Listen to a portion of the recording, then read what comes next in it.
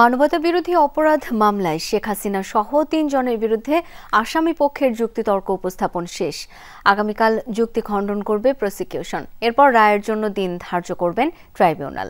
আজ যুক্তিতর্কে state defence দাবি করেন শেখ হাসিনা, আসাদুজ্জামান খান কামালের বিরুদ্ধে অপরাধ প্রমাণিত হয়নি। রাজসাক্ষীর জবানবন্দি নিয়েও প্রশ্ন তোলেন। তবে প্রসিকিউশন বলছে রাজসাক্ষীর সাক্ষ্যে সত্য ও পূর্ণাঙ্গ ঘটনা উন্মোচিত হয়েছে। নতুন ব্লেন্ডে আরো রিচ অ্যারোমায় সেলন ফ্যামিলি ব্লেন্ড টে। আন্তর্জাতিক অপরাধ ট্রাইব্যুনালে অন্যতম আলোচিত মামলা শেখ হাসিনা, আসাদুজ্জামান খান কামাল ও চৌধুরী আব্দুল্লাহ আল মামুনের বিরুদ্ধে মানবতাবিরোধী অপরাধের মামলা। অভিযোগ গঠনের দিনই এই মামলায় নিজেকে দোষী মেনে রাজসাক্ষী হওয়ার ঘোষণা দেন সাবেক আইজিপি চৌধুরী আব্দুল্লাহ আল মামুন। এরপর জবানবন্দিতে জুলাই গণহত্যার ঘটনা প্রবাহ ও দায় ছাড়াও আওয়ামী লীগ আমলে গুম, খুন, বিচার আমি গণহত্যার শিকার প্রত্যেক পরিবার, আহত ব্যক্তিবর্গ, দেশবাসী এবং মাননীয় ট্রাইব্যুনালের কাছে ক্ষমা প্রার্থী। আমার এই সত্য পূর্ণাঙ্গ বর্ণনার মাধ্যমে সত্য উদ্ঘাটিত হলে আল্লাহ যদি আমাকে আরো হায়াত দান করেন, বাকিটা জীবন কিছুটা হলে অপরাধ থেকে মুক্তি পাবে।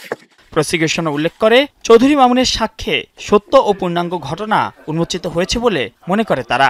পরে আসামি পক্ষের যুক্তি খণ্ডন করেন প্রসিকিউটর মিজানুল ইসলাম। প্রসিকিউশন হিসাবে আমরা বলেছি যে আমরা তাকে রিলাই করেছি বলে তাকে হোস্টাইল করি না।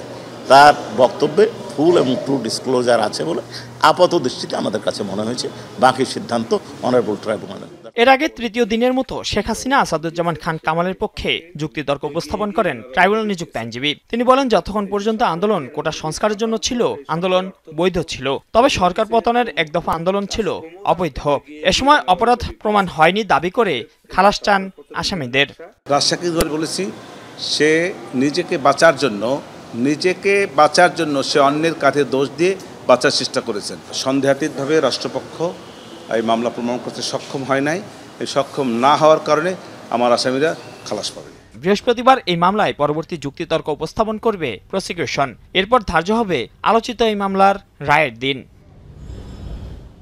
মাইনুল মারুফ, যমুনা নিউজ, ঢাকা।